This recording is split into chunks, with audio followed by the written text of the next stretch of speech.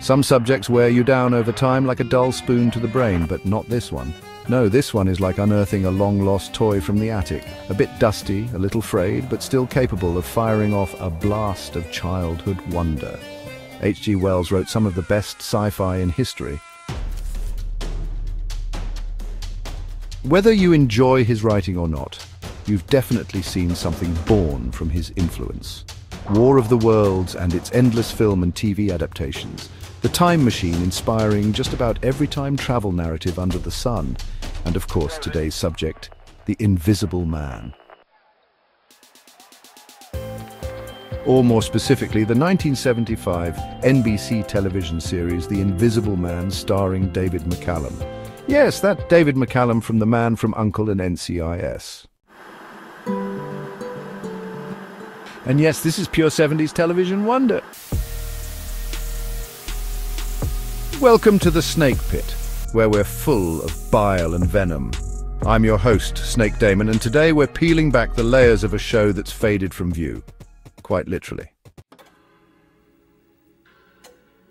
Inspired loosely by the 1897 H.G. Wells classic, this version of The Invisible Man began with a TV movie that served as a pilot. It centered around Dr. Daniel Westin, a scientist working on teleportation for the Clay Corporation who accidentally stumbles on the secret of invisibility.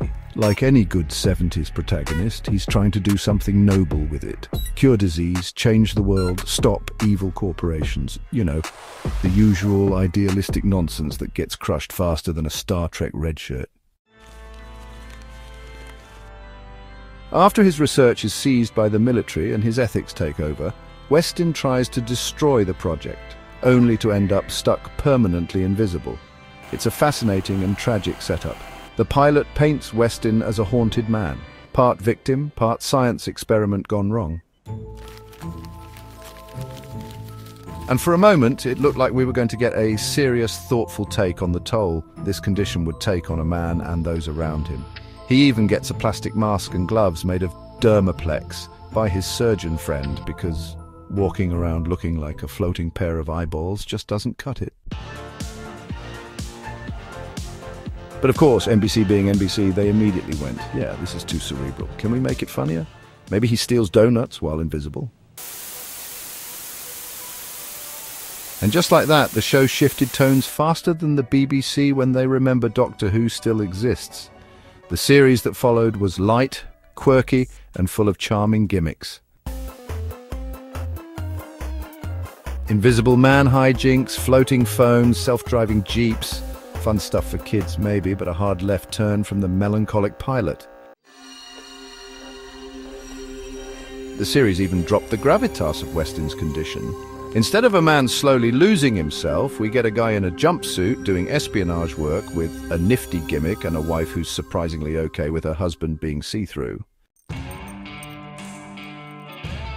David McCallum does his best to hold things together. There's something inherently compelling about his voice. Always calm, always calculating. But even he can't elevate scripts that often boil down to sneak into government building, push, bad guy, escape. His chemistry with co-star Melinda Fee as Kate Westin was solid, but again, the writers just didn't know what they had. Instead of deepening the couple's relationship or exploring Westin's isolation, we get fluff. Entertaining fluff, but fluff all the same. And then there's the show's pacing. Most episodes were standalone, meaning you could tune in anytime and not be lost. But it also meant there was very little character progression or overarching narrative. It was like pressing a reset button every week. If you missed the pilot, you'd barely know why this man is invisible in the first place. The most frustrating part is that the potential was all right there. The sets were decent for the time, the music was actually memorable, and the special effects, while dated by today's standards, were impressive for mid-70s television. The invisible POV shots were clever, even if they were overused. But the writing, oh boy, it never quite knew its audience. It was too dry for kids, too goofy for adults, and too inconsistent for sci-fi fans who wanted something with substance. It didn't help that NBC was clearly hedging its bets. When the show was cancelled after a single season due to low ratings, they didn't even let the overarching plot resolve. Westin never found a cure. His condition remained a question mark, floating in the void like the man himself. NBC did what they always do. They took a halfway decent idea, diluted it for mass appeal, and then acted shocked when no one tuned in. And just to prove they really didn't get the message, they greenlit Gemini Man the next year. Same premise, same invisible protagonist, same fate. If at first you don't succeed, recycle, I guess. But let me tell you, despite its flaws, The Invisible Man left a lasting impression. Maybe it was David McCallum's performance. Maybe it was the haunting idea of being unseen in a world that never stops watching. Or maybe, just maybe, it was because for a short time, Sci-Fi TV had the guts to try something weird, even if it didn't stick the landing. Sure, it was trapped in the amber of 1970s fashion and shag carpets.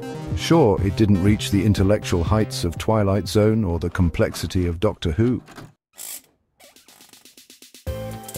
But for those of us who saw it, maybe on reruns in the UK, nestled between Time Tunnel and the Tomorrow People, it was magic, cheap, inconsistent, undercooked magic, but magic nonetheless. Ultimately, The Invisible Man was a series that started with weighty ambitions and quickly dissolved into sci-fi silliness. But it still holds a place in genre history. It showed the dangers of studio meddling, the difficulty of balancing tone, and the challenges of bringing big ideas to the small screen. Was it perfect? Not even close. But like all good sci-fi, it sparked the imagination. And really, that's all we can ask for sometimes. Thanks for dropping by the Snake Pit, where we thrive on untapped potential and lost opportunities.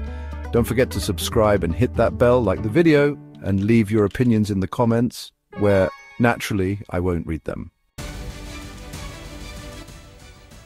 Until next time, stay venomous.